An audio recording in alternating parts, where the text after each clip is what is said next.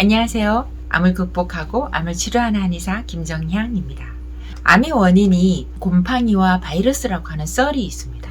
곰팡이가 원인인 것은 아직 잘 분명하진 않지만 암을 일으키는 원인이 바이러스인 암은 있습니다. 자궁경부암이 그것입니다. 자궁경부암의 80%가 편평상피세포암인데 편평상피세포암을 일으키는 원인의 90%가 HPV 바이러스라고 합니다.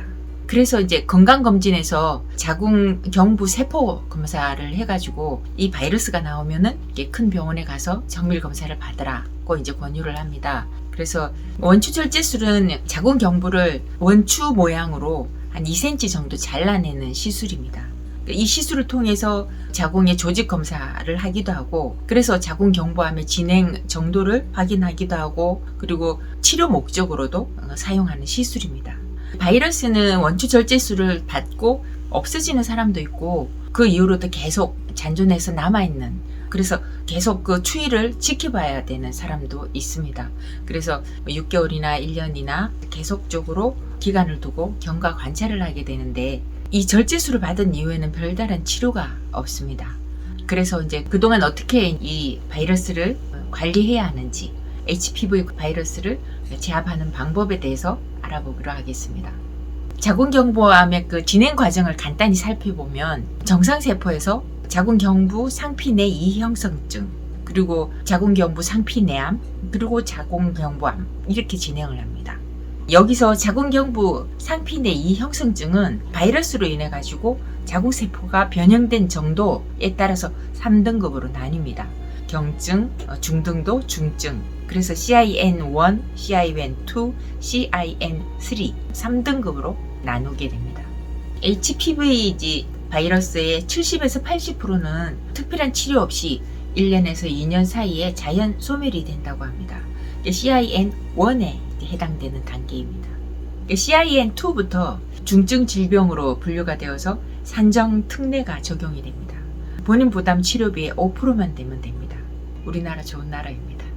근데 이제 거기서 치료가 안 되고 이제 계속 그 발전을 해서 CIN3를 지나게 되면 상피내암이 되어서 자궁암 연기가 되고, 그리고 자궁경부암으로 더 발전하게 됩니다. 저위험군 바이러스는 시간이 지나면서 1, 2년 내에 이제 소실이 되지만, 고위험군 바이러스인 HPV 16, 18, 32, 33 그런 바이러스 같은 경우는 자궁세포를 자궁경부 이형성증으로 변화를 시키면서 자궁경부암으로까지 진행이 되는 경우가 일부 있습니다. 특히 이제 HPV 16번이나 18번 바이러스 같은 경우는 자궁경부암에서 한 70%에서 발견이 되기 때문에 세포 검사에서 그 바이러스들이 이제 나타나게 되면 원추절제술을 이제 바로 시술하는 경우가 많이 있습니다.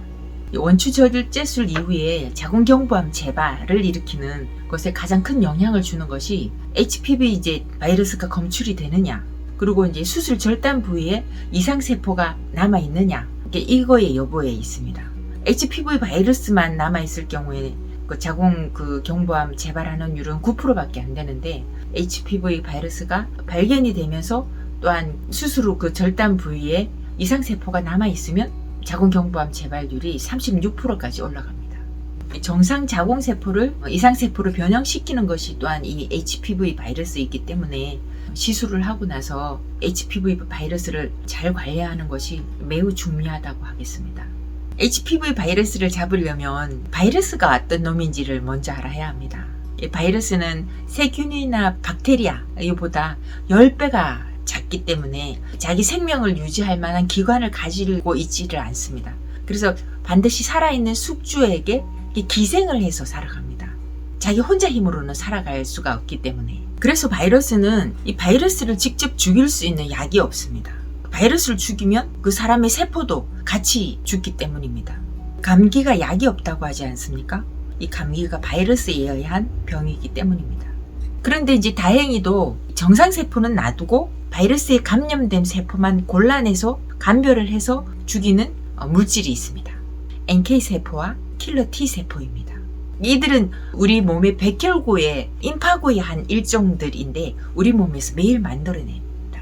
킬러 T세포를 이용을 해서 HPV 바이러스를 박멸하는 방법이 백신을 이용을 해서 예방주사를 맞는 방법이 그것입니다. 나라에서 20세 이상의 여성들은 무료로 자궁경부암을 예방하는 백신을 맞게 권유를 하고 있습니다. 그게 킬러 T세포를 이용을 해서 HPV 바이러스를 박멸하는 방법입니다. NK세포를 이용하는 방법에는 어떤 것들이 있을까요? NK세포를 체외에서 배양을 해서 다시 이제 몸에 주입을 해가지고 치료하는 방법이 이제 연구하고 개발 중에 있습니다. 그리고 또 일상생활 중에 우리 몸속에 있는 NK세포를 활성화시키는 방법으로 강화하는 방법이 있습니다. NK세포는 숫자보다 중요한 것이 활성도라고 합니다. 암세포를 공격하는 능력을 말을 합니다. NK세포의 이제 활성도를 높이는 방법에 대해서는 다음 영상에서 소개하도록 하겠습니다. 참으로 강력하고 똑똑한 NK세포에게 감사한 마음이 듭니다. 잘 활성화시키도록 노력해야 되겠습니다. 제 영상이 도움이 되셨다면 좋아요, 구독 눌러주시면 큰 힘이 됩니다. 함께하여 주셔서 감사합니다.